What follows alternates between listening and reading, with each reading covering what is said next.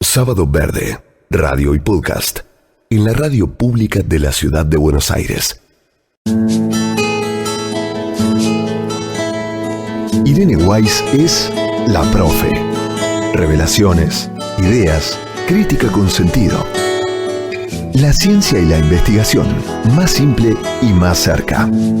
Irene, en Sábado Verde.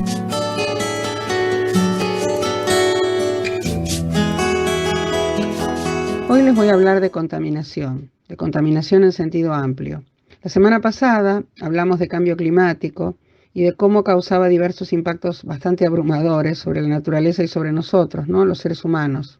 Según el IPCC, que es el Panel Intergubernamental de Cambio Climático de Naciones Unidas, la contaminación ambiental realmente provoca impactos muy negativos en los ecosistemas y produce distintas enfermedades, alteraciones, reducción de la esperanza de vida en millones de personas en todo el mundo y también, no nos olvidemos, del resto de la biodiversidad.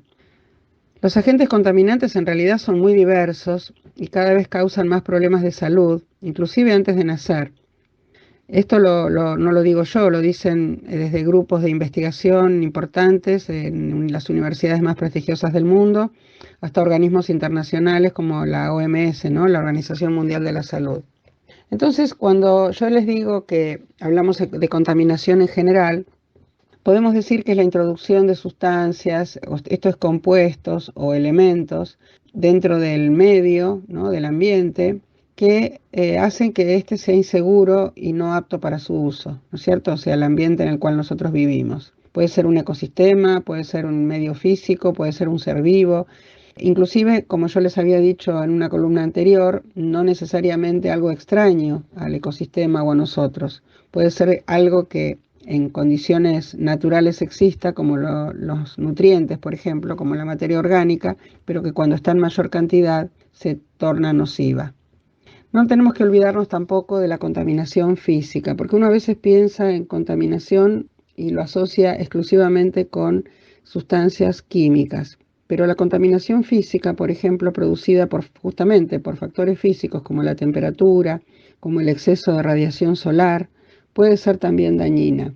La temperatura a veces no le damos importancia, pero cuando aumenta un poco, por ejemplo en el agua, ya se empieza a escapar el oxígeno de los ambientes como los lagos, las lagunas, los ríos hacia la atmósfera, y eso hace que haya menos cantidad de oxígeno en el agua para los seres vivos que ahí habitan.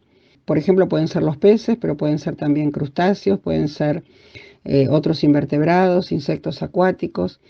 Y a veces nos encontramos con mortandades masivas, sobre todo de peces, que es lo más notable, lo que primero se ve. Y lo último que tendemos a pensar es que puede ser porque aumentó tanto la temperatura que se les escapó el oxígeno disuelto que necesitaban para vivir a la atmósfera. Los peces necesitan por lo menos 5 miligramos por litro de oxígeno y cuando eso baja, les baja la calidad de vida y también puede producir mortandades masivas. Eso no quiere decir que no pueda haber otros factores que produzcan la mortandad de peces. Pero bueno, este es un factor que normalmente fue subconsiderado, o sea, no lo tenemos en cuenta. La temperatura es un contaminante también, un contaminante físico. Y otro contaminante, además de lo químico y de lo físico, puede ser lo biológico. Sí, lo biológico, por ejemplo, el exceso de bacterias patógenas en un ambiente, puede ser el agua, puede ser el suelo, puede ser el aire. Y también cuando se introducen voluntaria o involuntariamente animales o plantas exóticas. No hay que olvidarse que cualquier introducción de animal o de planta en un lugar donde no es propio hace que vengan sin sus enfermedades, sin sus predadores y siempre van a competir en demasía con las especies autóctonas, las especies nativas, y van a estar en superioridad de condiciones porque las nativas sí están con sus predadores, con sus enfermedades. Entonces hay que tener mucho cuidado cuando se introduce alguna especie exótica de manera voluntaria o prestar mucha atención cuando esa introducción fue involuntaria, pero es notada.